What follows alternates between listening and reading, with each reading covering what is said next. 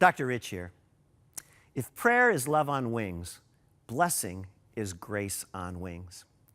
The fifth and final step of the Faith Five is possibly the most beautiful and profound of all. It's a blessing spoken with a blessing touch.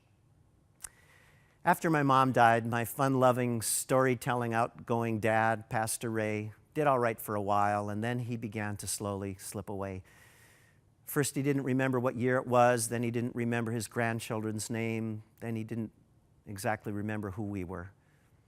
Last July, we took Dad out to my sister's house for a picnic out in the backyard. I was sporting a bright blue cast on my newly broken arm, and I requested prayer. And this man, who hadn't really spoken to me much in a year, laid his hands on it and prayed, "Lord, you have the power of healing.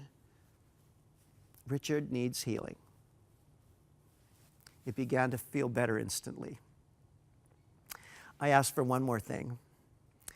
I was researching a book on the meaning of meaning, and I wanted to get my dad's wisdom on what is meaning. So I asked him, "Dad, what's meaningful to you right now? What's the most meaningful part of your life?" He paused as if searching for words. Then a light went on in his eyes. He thought another moment. He turned to me, smiled, and said one word: "You." I knelt before Dad and asked him to bless me. He looked confused for a moment, so I took his hand and I placed it on my head, and I said, "Dad, can you bless me?" He didn't have any words. He simply patted my hair. I kissed my finger and put a cross on his forehead and said, "God bless you, Daddy." He said, "God bless you, Richard." He knew my name.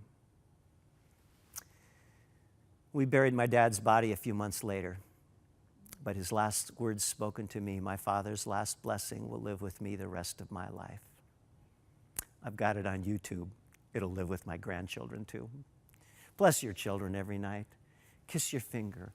Trace a cross on their foreheads. Mark them with the sign of the greatest love ever known, the sign of dying, undying love, the sign that says, "I will die for you," the symbol of God's ultimate love and sacrifice. Place it a half inch from their prefrontal cortex, their judgment center, and wherever they wander, no matter where they roam, they will know, they will seek, they will hunger for the blessing in their true home, their true family, their true God. They will take that identity as a child of God to their graves. Count on it. Don't let a night go by without blessing your children. And kids, don't let a night go by without blessing your parents back.